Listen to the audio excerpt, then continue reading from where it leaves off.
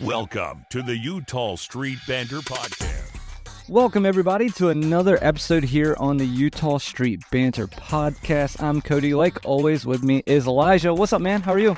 I'm doing good, ready to talk about some baseball. Yeah, man. So you're finally home. We're in person now, so this is fun, right? So I'm excited. Yeah, that's awesome. Did you? I guess you survived your first year. You're done. Yeah, I am done. Thankfully, 3 more left to go now. 3 more. It's like in a fly. Yeah, I guess you did go by pretty quickly. Did it really? It wasn't too bad. Well, that's good. That's good. Well, I guess let's get started. We're going to talk about the past week of games and kind of just go from that, and then kind of maybe some frustrations we're having with our good old Baltimore Orioles. First one we're going to start with is last Tuesday. The Orioles played the Nats, and they did not do too great, right? They lost 3-0. Corbin Burns pitch, and seems like it's a thing where we just can't hit when he pitches. Yeah, no, it seemed like that, I think, for the past 2 or 3 Corbin starts now, and it's getting kind of frustrating, and I know I'd be frustrated if I was Corbin too. I mean, you go out there, I wouldn't say it's his best start, but 6 1/3 and only giving up 3 runs is terrible. He gave up 5 hits, 3 walks, had 6 Ks, so it's a pretty solid start. Yeah. Quality start there. But our offense was non-existent. We had 3 hits over the whole game. 1 from Rutschman, 1 from Westbrook, 1 from Mullins. But here's the one thing that did stick out. We struck out 12 times on offense.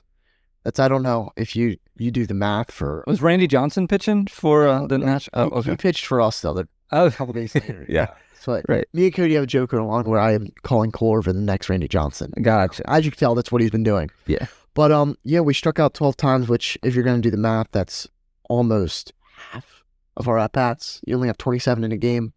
So you can't really do much when you're striking out that often. Yeah, for real. Wow, that's terrible. Yeah, luckily the next game we won. Yeah, the next game, of course, we're still at the Nationals, and we decided to hit the ball, but mainly just hit the ball out of the park. We had 3 home runs, but Albert Suarez started this game. Oh, no, he didn't. Who started that game? I'm wrong. Bradish started that game. Bradish did pretty well, though. Yeah. Right? He did well. The issue was we went into extras, and that's where Suarez got the win in extras, and they won 7-6 in 12. Yeah, Bradish had a really solid start. He only gave up 1 run in 5 innings, which, again, if I had to imagine, he's not going to be going 7-8 innings anytime soon. Right. Just because trying to fully warm him back up, saying. Yeah. I don't think he had a rehab start above, high A maybe. But our bullpen was actually really solid in this game. Other than Craig Kimbrell, we'll share our frustrations a little bit later. But he gave up 2 runs with 2 outs in the 9th inning. And I knew it was bad because I saw 2 outs and Eddie Rosario came up and hit that home run. I was like, he needs to be pulled. Right now, yeah. And he didn't get pulled, and look what happened. Yeah, I think he had to face the 3 batters. That was his third. Oh, was it? Okay, I'm sorry.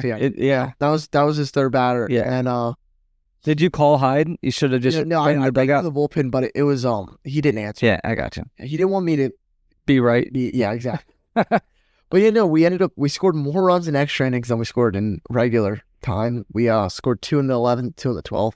Had a massive home run from Mountcastle off his buddy Matt Harvey, which I was watching. I don't know if you were watching the game. It was actually interesting because they were talking about how Matt Harvey, of course, used to play on the Orioles. Right. And him and Mountcastle are like best friends, basically.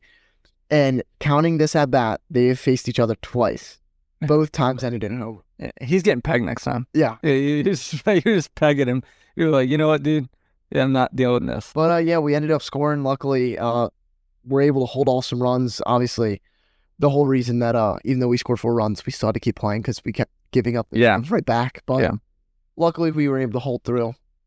And then had a nice off day going into the Diamondback series. Yeah, I was real quick about that game is I thought that our streak was over. Yeah. You know what I mean? Like our not being swept streak. Like 2-game series shouldn't. Yeah, that shouldn't count. But I thought it was over. But yeah, then we had day off, but then we come in Friday and we were back home against the Diamondbacks. And I was a little nervous about this because the Diamondbacks have been kind of cold and we seem to warm teams up. You know what I mean? Like teams here to get hot playing against us. We had Cole Irvin on the mound, so as Elijah would say, that gave us a chance. But Cole Irvin really struggled. I mean, just The past few games he's been great, hasn't given up any runs. This game he gave up 2. I mean, I think it's time to send him back down. I'm kidding. No, but we ended up winning this game 4-2. Irvin did great. I mean, did good. Just like there's a lot to take from this game because, like I said, Irvin did do well. The big thing that you see when you look at the box score is that Cano got the save. Yeah. And the bigger thing, in my opinion, is that Kimbrel pitched this game, and he did well. But he didn't get the save. Yeah, no, and I don't think that's a terrible decision. I don't hate it. No, absolutely not. We'll go back to Cole Irvin first. We can't just brush it that quickly. That was 5 2/3. Yeah. 6 Ks and 2 earned runs. Yes, he's not perfect. No one's perfect. There's only been one man that's perfect, and his name's not Cole Irvin. But he's as close as perfect. Yeah, that's funny. He's somehow the best pitcher on the Orioles right now because he's doing better than Burns. Yeah. He's killing it. Actually, before we went live, I started looking at some of the team stats for our WAR, and he has 0.1 WAR lower than Burns. Oh, wow. Which would be impressive, saying that Burns probably has at least one more start than him. Yeah. But so he's just been doing great. Cody was texting me after the game saying he did terrible and stuff, and I was telling him jokingly, what else can he do? What else can he do? Yeah. He said, I need a round number in Camden Yards, and then of course I went full insanity. He's going to be a Hall of Famer before the end. He's doing so good this year. He's getting inducted in the Hall. Please know he's kidding. But yeah, obviously I'm kidding. I'm not expecting that. Yeah, I wasn't even expecting this when I predicted. Yeah, right. Yeah. Yeah. But yeah, like you said, Kimbrel came in the 7th. He did good. 1, 2, 3 inning. Yeah. Maybe that's where you're going to see him more. I don't know. We'll have to kind of wait and see what Hyde decides. But yeah, we had some scoring kind of spread out. We just had in the 2nd inning, Westbrook had a double, Mullins had a ground out to bring in 2 runs. And then O'Hearn had another RBI single, and Henderson had a double in the 7th, I believe it was, to give us the 4 runs. And that was really all she wrote. Yeah, and I mean, it kept going right into the next day, into Saturday, when the Orioles are again playing the Diamondbacks. Orioles win 5-4 this game. And then, believe it or not, John Means got the start. He went 4 and a piece. Probably more of a start that we kind of expected him to have probably the first time. Yeah, I mean, he gave up 6 hits, and like I said, 4 2/3. He only had 3 strikeouts, but then again, he only went 4 2/3. I think there's 2 big things here. Bauman did amazing. Michael Bauman, he went 2 innings and a piece, only gave up a hit. No strikeouts though. And then Kimbrel actually got the win here. Yeah, which was kind of impressive. So I guess maybe he should just start. I mean, he needs wins, right? He's gonna be one of the, he's gonna be like John Smoltz. Where I'm pretty. He just has so many wins. He has more wins than some of our starting pitchers do, though. I'm pretty sure he's like 4. He is 4-1. He's 4. He's 4-1. Yeah. That's what making those Instagram posts does to me. I remember these ones. Yeah.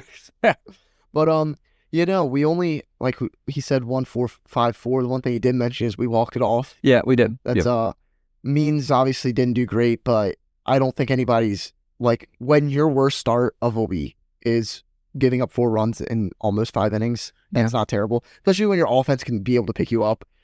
Yeah, like you said, Bauman had a really, really good but a relief appearance.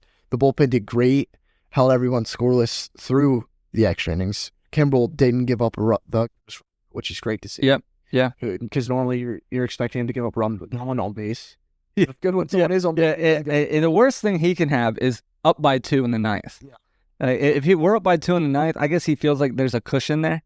And he wants to make, like, I don't know if you've seen the nickname too much, Cardiac Craig. Yeah, that's good. He does like to give you a heart attack. That's good. So, he did good, and I think it was the 10th or I think it was the 11th. And we had 13 hits.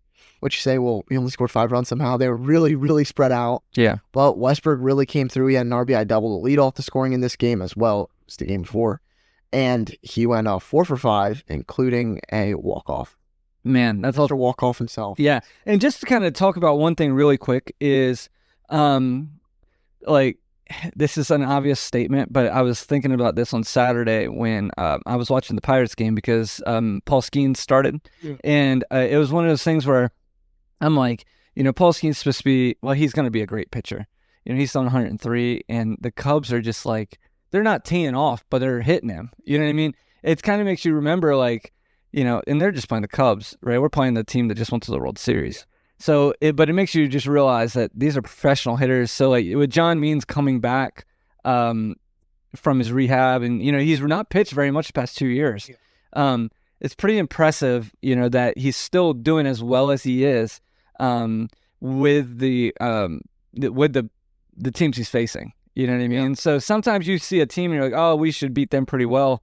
But then you see, a stud come up and he even struggle with, certain teams. Yeah.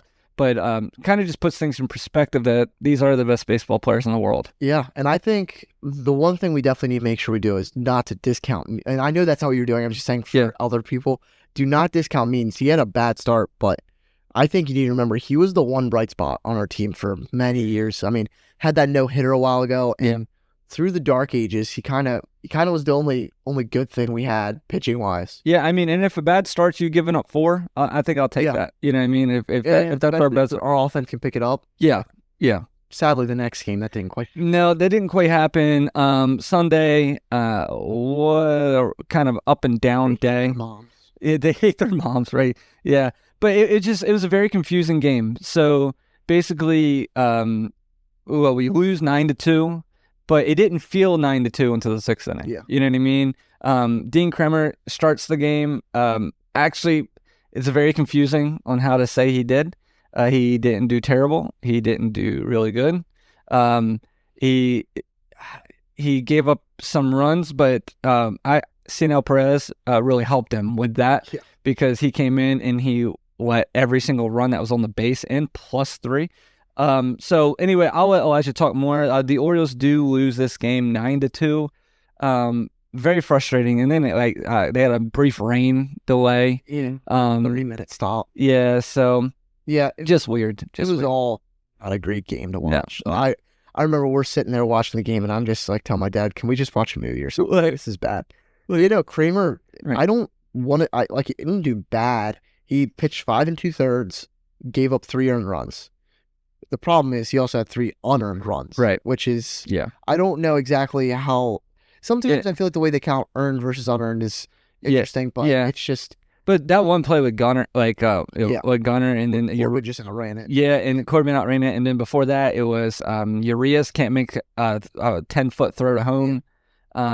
Stuff like that. And then McCann had a rough pick where he just totally missed it.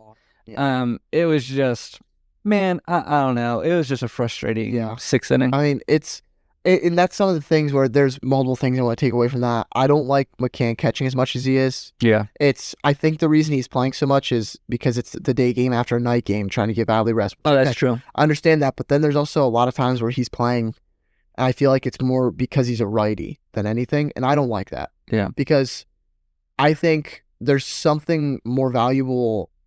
I almost rather have Adley's defense than McCann's offense. Yeah. Because you definitely could tell, because even I went to the game 2 weeks ago, and he just whiffed on a couple.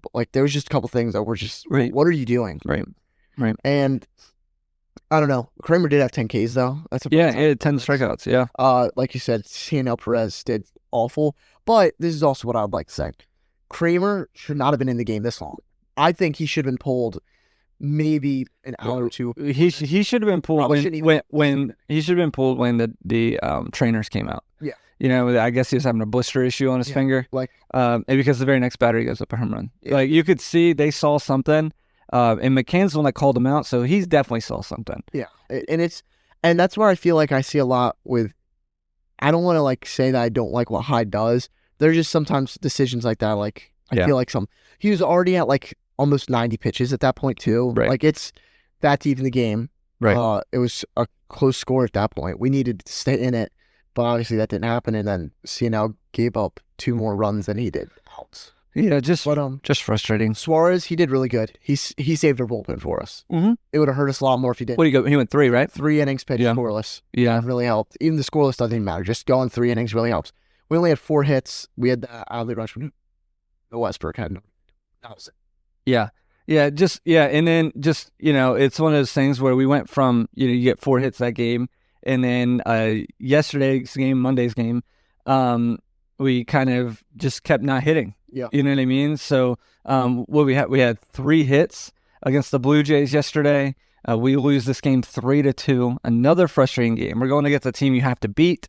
We have our ace on the mound, Corbin Burns, and Corbin Burns has to be looking around the room, just be like, dude, I just need some, like, give me They must hate him. Give me 3 runs, guys. So one thing I will say is, I might get a little heat on this. So let me say it. I've learned something about Corbin Burns is don't ever expect a shutout. He'll never shut somebody out. He's going to give up at least 1 run. one or 2 runs. Yeah. You're going to get 1 or 2 runs against him. So you better hit just a few. You're not going to get crushed, right? He's going to keep you in the game. But whereas, like, let's say Irvin, I'll use him. In my opinion, he's going to be really good or really bad. He hasn't been really bad. I know. But this is just yeah. I mean, like, he's either going to give up 0 or 1 or 7. Yeah. You know what I mean? And he's not giving up the 7. I'm not saying that, but in the future.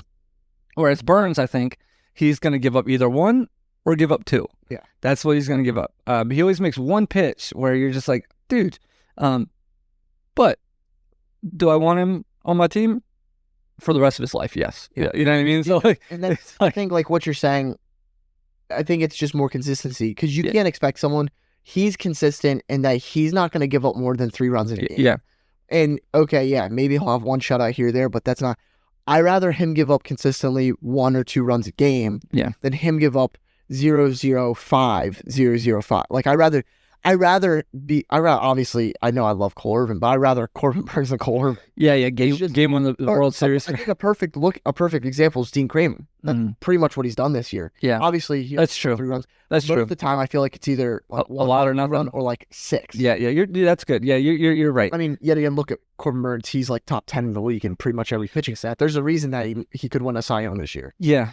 I mean, the impressive part about the Blue Jays this game was how they were able to just their contact rate was super high. Burns only had 2 strikeouts. The whole team only had 4. Kimbrel came in and pitched in the 7th here.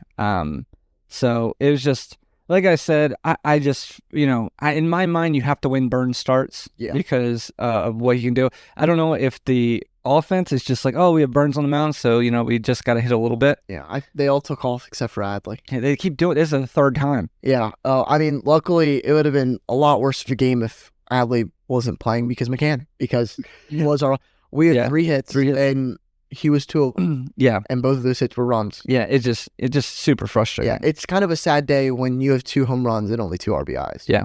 But no. And that's how I feel like it's kind of been lately. It's either the whole team is hot and everyone's doing good, or there's one guy that's doing something maybe. And that's it. So do you think, is that a lineup issue? Is that a personnel issue? What? I honestly can't say. I don't know. Yeah. I think a lot of it is that people forget baseball's such a mental game. Yeah. And if you say you're batting 8th, and if the 7 batters in front of you, if half of them struck out, the other half just looked like fools or something, like didn't get on base, I think it's kind of hard for you to beat that. Like, I mean, that's why if you have a pitcher that's really dominant for 1 or 2 times through the lineup, you're done basically for the rest of the game. And I think it's a lot mental, but it could also be personnel, because yet again, I don't like some of the lineups that are being put. Yeah, it's one of those things where, I mean, if you think about, like, say the past 2 years, 2 or 3 years. Yeah.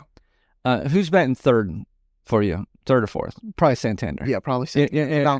Or Malkins. Right. So, and then who's batting 1st? Probably Mullins, right?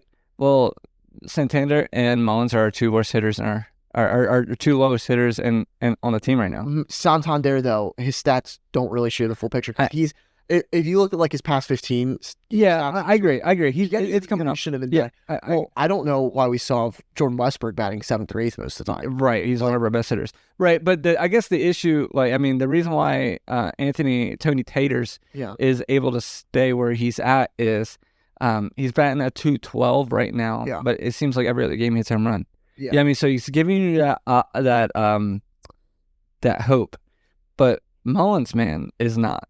And I will give it to Hyde. Mullins has not been playing a lot lately. Yeah, I know. And this is where I was at. But his defense is so good. That's the problem. His defense is good. You don't really have any other center fielder. Kauser looks He worries me on You don't want to in put center field. I will say, I know me and you were talking about it. Cowser's playing center on Sunday, and he did look good. Yeah. He made some nice throws and stuff, but yeah, I don't know.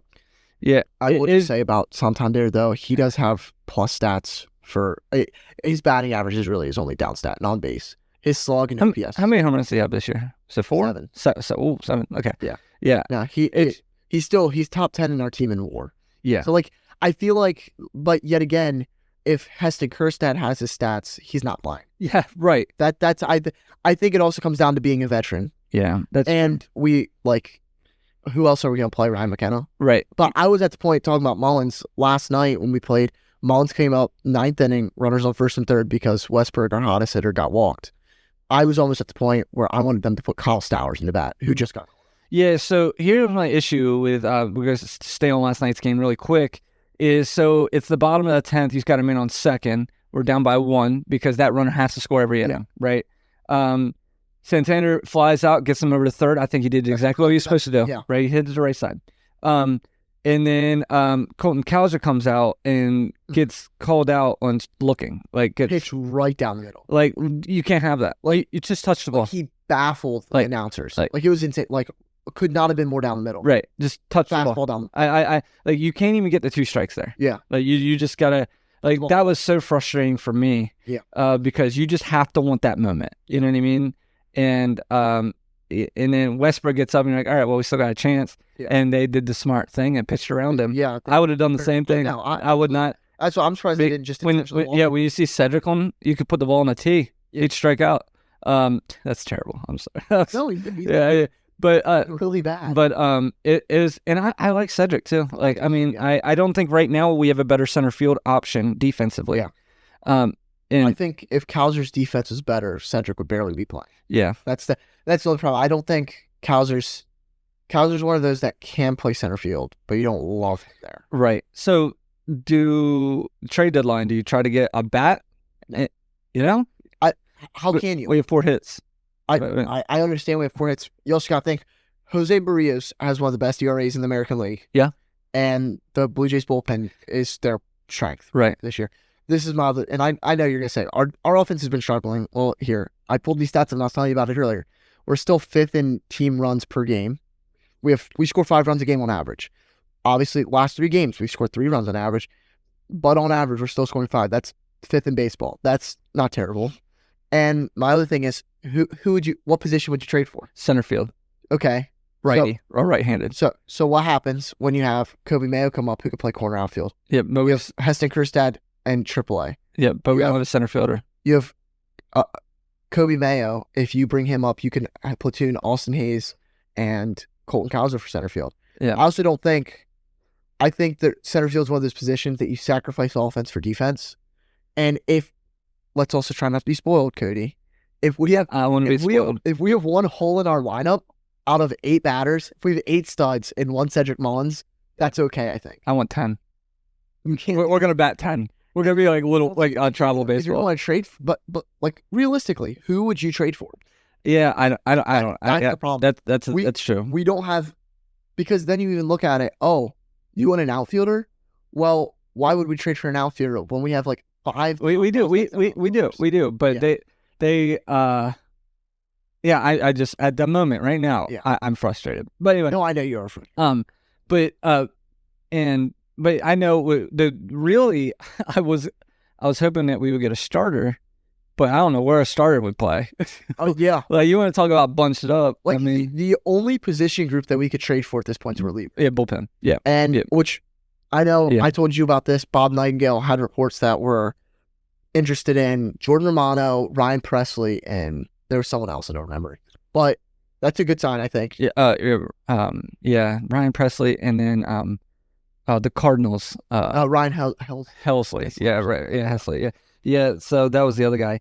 Yeah, but I don't know, man. But I remember, before the season, we were hoping for like Jesus Luzardo, certain guys like that. And now I'm like, and the problem is we're already going to have to kick someone that's really good. Yeah, I'm like, I don't think. Yeah, I agree. But there are also things that are being talked about that started yesterday with Verlander to the Orioles. I don't want. I'm just saying. It doesn't matter what we want, though. You know what I mean? We want a lot. Mike Elias is not going to pay for. That's the thing. I don't think you pay anything because the Mets paid for it all when on the trade over. You know what I mean? So like, I also know you also got to think. Elias came from the Astros. They're smart. I think for trades, Elias kind of looks at it to make it not quite a fleece. Yeah. But make it we're the winners. Yeah. And I don't think I think it'd be too equal of a trade off for us to get him. If our ownership would allow it to happen, you know, it would be a cool trade. What? Edwin Diaz. Edwin Diaz. No. I told you last week what I want. I want Emmanuel Clase. Anyway. If we're getting closer, I want. But Emmanuel Clase's team's going to be in the playoffs. No, they're not. What's their record right now? The Guardians are going to be in the playoffs because their division's weak. No. And the Twins are winning that division. And then the Royals are Royals are going to finish third. Well, okay. Because the Royals are going to finish third because oh shoot, what's the catcher? Oh, Salvi. He's going to either get hurt or cool down. Yeah. Because he's amazing right now. Right now he's the best catcher in baseball. Yeah. And it's just, you know, if 10 years ago, then 5 years ago. But well, no, I mean, he was playing. Yeah, I guess 10 years ago, they won the World Series. Yeah. Oh, yeah. So, yeah, I mean, man, you talk about that team. They had him. They went to they beat us, yeah. They what's his name? Hosmer was at first. We thought he was Alex Field. Oh God, yeah. Kane was in center. Alcides Escobar. Wow. Dacus. Yeah, man. None of them guys are anything anymore. Wow. All of them are basically retired. Salvi's the only one. But that's because Salvi was one of the younger ones, I think. Then was he? Yeah. I don't know. I mean, it's also Salvi's tools kind of still translate. He was always our button. Yeah. So we just went down a rabbit hole there. All the rules. You're welcome. No, I am mad at the rules though because they gave away replica AL championship rings when we played them. Yeah. Don't you like that? And that's what I saw someone say that they want us to make it to the World Series this year, obviously because they're Orioles fan. But to do that, we want to go through Kansas City and New York. Yeah. So we can just prove it to Kansas City that we could beat them in the playoffs and get payback at all that. And then obviously to beat the Yankees would be great. Yeah, that we can do because they suck. Yeah, I don't think they suck. No, they're the worst team in baseball. Yeah. So anyway, so that's the one question we're having with the lineup is just for the hits. You know, trying to get on base. I understand what the stats are saying, but I also feel like we score 8 runs, one game, and then for the next 2 games we scored 2. Well, how about this? This is your same thing. Our offense is like Dean Kramer, not like Corbin Burns. Yeah. It's obviously we would rather them be able to score consistently. We score 5 runs a game on average. You would prefer we could score 5 runs every single game, but that's just not going to happen. Sadly. Yeah, I just want it to happen. I would too. I would love that. Gotta love it. You know what? The good thing is I'm pretty sure we still have the best record base in the American League. We might. I don't know. Moving on real quick. So a couple news pieces or updates or whatever you want to call them. Yesterday, as you kind of said it a minute ago, yesterday the Orioles made a move and brought up Kyle Stowers, who's been hitting pretty well in AAA, and we sent down Heston Kjerstad back to AAA to be with his buddy Jackson Holliday. Yeah. So I bet if you're Heston, you're just a little frustrated. Yeah, no, and I don't want to say that's the right move, but if I do imagine, there's 2 reasons they're doing this. Heston's not been doing great, but I think you can kind of chalk it up to he's not playing every day. And I think they know they're not going to be able, this bench spot. This is one of the last bench spots. That's not a playing every day spot. Right. I think they're going to send him down so he can get an everyday play because he's a guy that deserves to play every single day. And I think, like I told you earlier, they're more okay with Stowers sitting on the bench more than Kjerstad.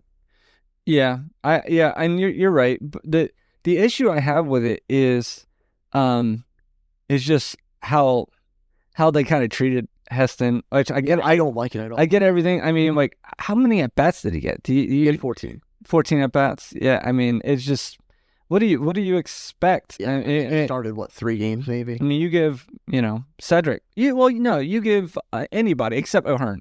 O'Hearn seems to get a hit every time he pinch hits. Yeah, but it's just frustrating because it's one of those things where I'm just hoping that they're not ticking off all our prospects that they'll never re-sign with us. Yeah. You know what I mean? Because of how it's been going down the past few times of, between Jackson. I mean, Jackson kind of pushed the envelope there, That's especially like Heston just kind of getting called up, having that hype brought, and then you're just not even using them. That's the only thing I do kind of like. If Hyde is really calling the shots as much as I think he is, that's a Hyde. No, I know that. No, I mean the playing time. Because Hyde has this thing where he is so loyal to the veterans. Yeah. It didn't matter how bad they suck. You know what I mean? Like, that's the only frustrating part that I do have. I think it's really just all chalked up to the fact that we don't have a center fielder outside of Cedric Mullins. Yeah. I think that's, if Heston Kjerstad could play center field, or if Colton Cowser could be an everyday center fielder. Yeah. I don't think you see, or even say if you had Jorge Mateo was able to play center field more. Right. But we can't really have him because he has to play an infield position now that Holiday's gone. Right. But his defense has been really good. A couple really good. Yeah, a couple stats lines on Kyle Stowers in Norfolk, in case you haven't been looking. He is second on the team with home runs with 11. He's right behind Kobe Mayo, who has 13. He has 32 RBIs. He's only played 36 games. So pretty good odds, 36 games, 32 RBIs. Strikeouts are a bit high at 44. I think that's what's also keeping Kobe Mayo down. He struck out 50 times. But the thing that I really like about Stowers is he has 11 home runs. He has 11 doubles. Yeah. So that's just telling you he's hitting the ball hard. Batting a 240 in AAA. Take that for what you want. Yeah, I don't know. I got excited about Jackson. I got excited about Heston. I'm keeping my my tone down here because I'm done getting excited about things we bring somebody up. And another move that was made yesterday was Hayes was reinstated from the IL and McKenna was DFA'd, which we'll see what happens with him if he can clear waivers because he's done decent. Yeah, he cleared waivers at the beginning of the year too. Yeah, that's also I feel like people didn't think he was that good. He's done good. Yeah, I tell you guys who's doing really good. Tyler Nevin. Tyler Nevin is doing on the A's. The problem is, what do you play? Right. Yeah, but Tyler Nevin is like hitting a bomb. Like, dude, if you get a chance, look up his stats. Tyler Nevin, if you don't realize this, he was on our team for the past 5 years. No, he was on our team for a while, and then we DFA'd. Right. But on and off, came back. Yeah, right.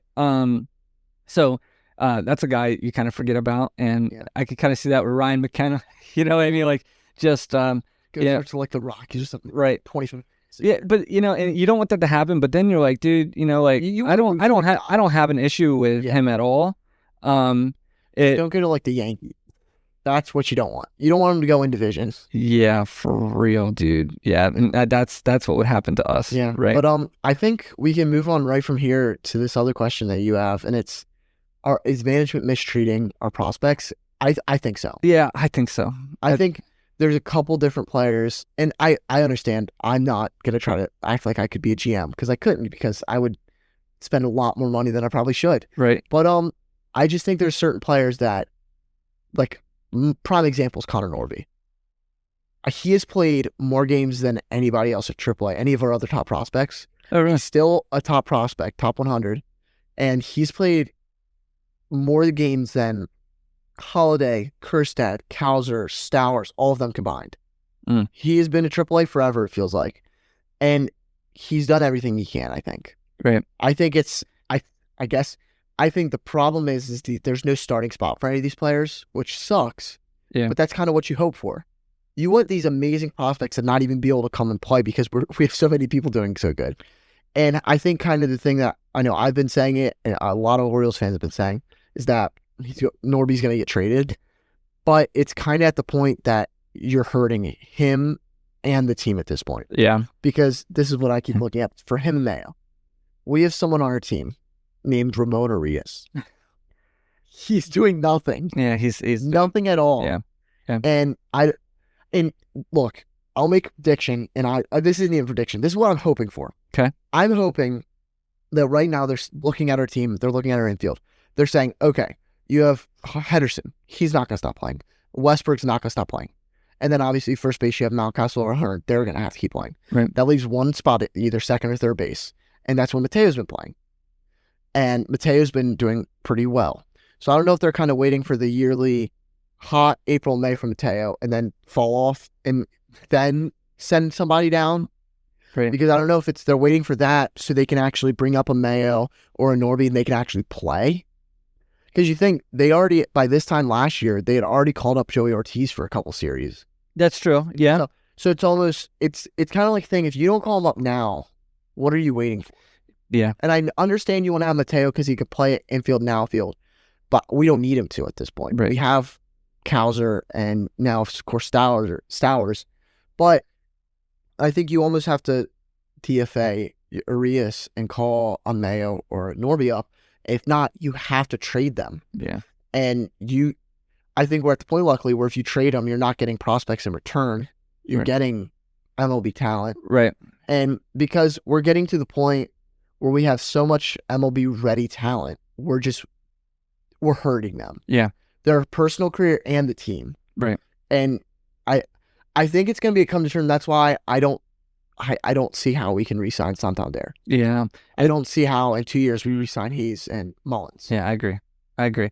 It's a tough question. I mean, it's also, it's also one of those things where it's easy for us to talk about this because we're not the one making the decisions. And it's also, I guess, if you're management, you're looking at a prospect as a prospect. Yeah. You hope that they give you what you expect, but your professional everyday hitters, you kind of know what I think it's hard. So once you give up on one person, you better hope the other person steps up. That's why I think, yet again, we know Kerstad's going to be good, but he does bad. You didn't give him an opportunity. Yeah. I think that's the problem is because we have all these players. But the thing, like you say, you want to make sure before you get rid of somebody, okay, say we don't re-sign Santander, or say we trade him or something. We have other people. We always have a Ryan McKenna we have a Hester. We have an O'Hearn that can play in the outfield. Right. I think we have so many other players that aren't these veterans that have proven themselves that we can make up for it. And the problem is, and it's all props to our scouting and development team because, yet again, you say you want to make sure they're good. Name one prospect in the Elias era that's not lived up to what he's supposed to be. I guess the one person that I would say, only because of where we drafted him, and it's nothing against him, is Heston, right? Yeah. And it's because he was sick, but yet again, right? Myocarditis. Yeah, he was sick, right? And then, but if that's the question, right? I mean, he was our first round pick, second pick overall. I'm just looking at Rutschman, who's our first pick. Yeah. He's starting. I'm looking at Gunner, who's our second round pick. He's starting. I get it. Also, you're right. You're right. That was 2020 COVID year. Yeah. I think that was a weaker draft class and all. I mean, look at who was the number one pick that year. You told me a while ago, and I forget. Henry Davis. He's the catcher he was a catcher. Now he's an outfielder for the Pirates. I don't even know if he's starting. Yeah. So I think it's not his problem. His name's Henry Davis.